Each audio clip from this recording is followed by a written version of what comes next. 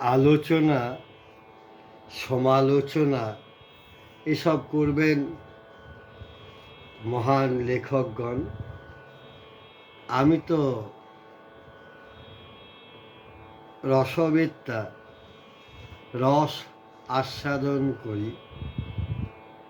পূর্ব কয়েকটি ফেসবুক পোস্টের প্রতিক্রিয়া। এটি একটি কবিতার শিরোনাম। এটি লিখেছেন আমার বন্ধু দিশারি মুখোপাধ্যায়। পাপের গুনাহ দেখি না কাব্যগ্রন্থের 17 পৃষ্ঠায় মুদ্রিত আছে। আসুন কবিতাটিকে আস্বাদন করি।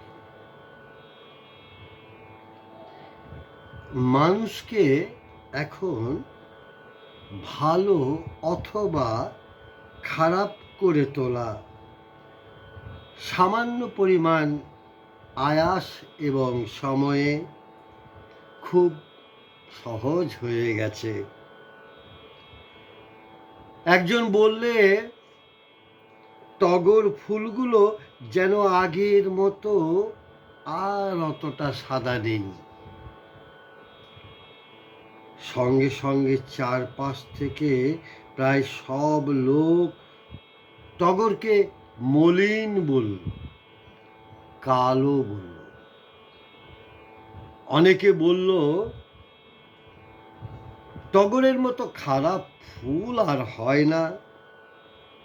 কেউ কেউ বলল, টগর নিতান্তই এক আবর্জনা। অন্য আরেক দিন একজন বলল, আমাদের শহরের নর্দমাগুলো আগের মতো আর দুর্গন্ধময় নয়। কয়েক মিনিটের মধ্যেই 2K লাইক পড়ল, 1.5K কমেন্টস পড়ল। সেসব কমেন্টস প্রায় সবই রজনীগন্ধা, গন্ধরাজ, কামিনী কিংবা জুঁই ফুলের গন্ধে ভরা।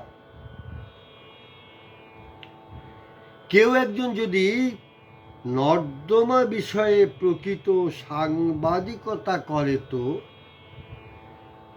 তাকে সকলেই অশ্লীল শব্দের ডিকশনারি উপহার দেয়।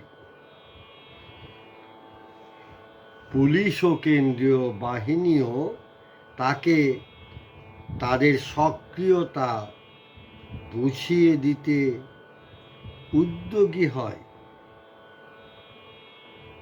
একেই কি মেঘ সংবহন বলে? কবি দিশারি মুখোপাধ্যায়কে আমার শুভেচ্ছা ও ভালোবাসা। কবির জয় হোক।